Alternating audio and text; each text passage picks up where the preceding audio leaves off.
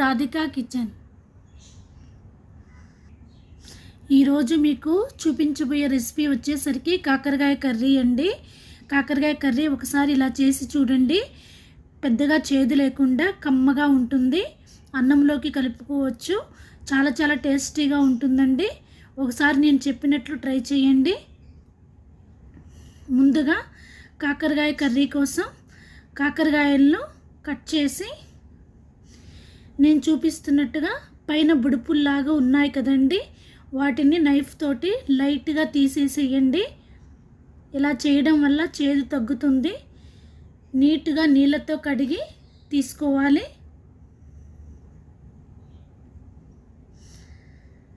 ఆ తరువాత చిన్న చిన్న ముక్కలుగా కట్ చేసుకోవాలి. నేను ఇక్కడ రౌండ్ షేప్లో కట్ చేస్తున్నానండి. మీరు ఏ షేప్లోనైనా కట్ చేసుకోవచ్చు. ఈ కాకరకాయ ముక్కలను ఒక బౌల్లో తీసుకోండి. ఉప్పు పసుపు వేసి బాగా కలుపుకోండి.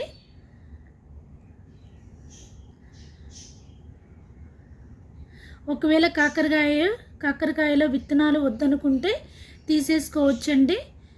బాగా ఉప్పు పసుపు కలిపి 10 నిమిషాలు పక్కన పెట్టుకోవాలి.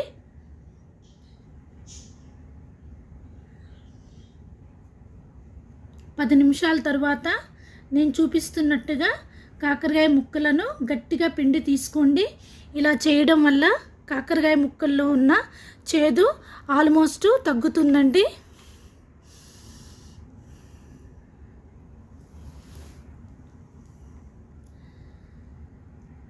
ఈ వాటర్ని తీసి పక్కన పెట్టుకోండి.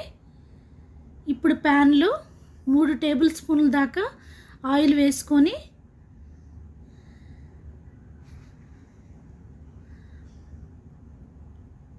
మనం ముందుగా పిండి పెట్టుకున్న కాకరకాయ ముక్కలను వేసి లైట్గా ఫ్రై చేసుకోవాలి. మనం కర్రీ చేస్తున్నాం కదండి, ఎక్కువ ఫ్రై చేయాల్సిన అవసరం లేదు. లైట్గా కలర్ మారేంత వరకు ఫ్రై చేస్తే సరిపోతుంది.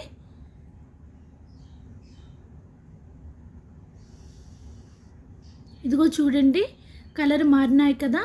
ఇప్పుడు వీటన్నిటిని తీసేసి ఒక బౌల్లో పెట్టుకొని పక్కన పెట్టుకోవాలి.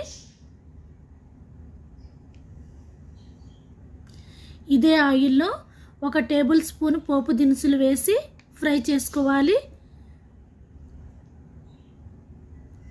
కొన్ని పచ్చిమిర్చి ముక్కలను పొడవుగా కట్ చేసి, ఒక మీడియం సైజ్ ఆనియన్ కూడా చిన్న చిన్న ముక్కలుగా కట్ చేసి వేసుకోవాలి.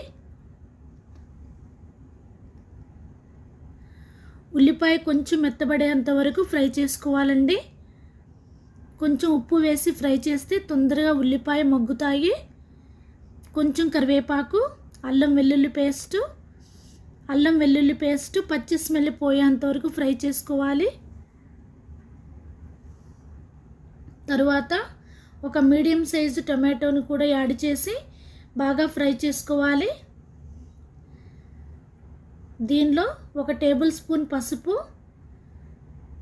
2 టేబుల్ స్పూన్ల కారము, 1 టేబుల్ స్పూన్ ధనియాల పొడి, కొంచెం జీలకర్ర పొడి, చింతపండు రసము వేసి బాగా మిక్స్ చేసుకోవాలి.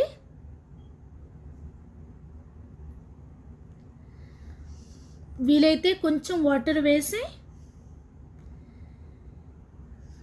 మిక్స్ చేసుకోవాలండి. ఉప్పు తగ్గితే వేసుకోవచ్చు చూసుకొని. ఇప్పుడు మనం ముందుగానే ఫ్రై చేసి పెట్టుకున్న కాకరకాయ ముక్కలను కూడా వేసి బాగా కలిపి మూత పెట్టి ఆయిల్ బాగా సపరేట్ అయ్యేంత వరకు ఉడికించుకోవాలండి.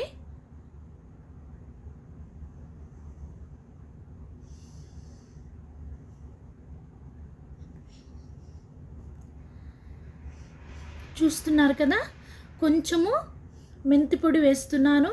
దీనివల్ల చేదు తగ్గుతుందండి, చేదు ఉండదు. చాలా టేస్టీగా ఉంటుంది కర్రీ కూడాను. మీరు వద్దనుకుంటే స్కిప్ చేసుకోవచ్చు. మూత పెట్టి ఆయిల్ బాగా సపరేట్గా అయ్యేంత వరకు ఉడికించుకోవాలి. అంతేనండి, ఎంతో టేస్టీ అయిన కాకరకాయ పులుసు రెడీ అయ్యింది. ఇంకా మీరు వేడివేడిగా సర్వ్ చేసుకోండి. ఈ వీడియో కనుక మీకు నచ్చినట్లయితే please like, share, subscribe Share your friends, families, relatives. Thanks for watching.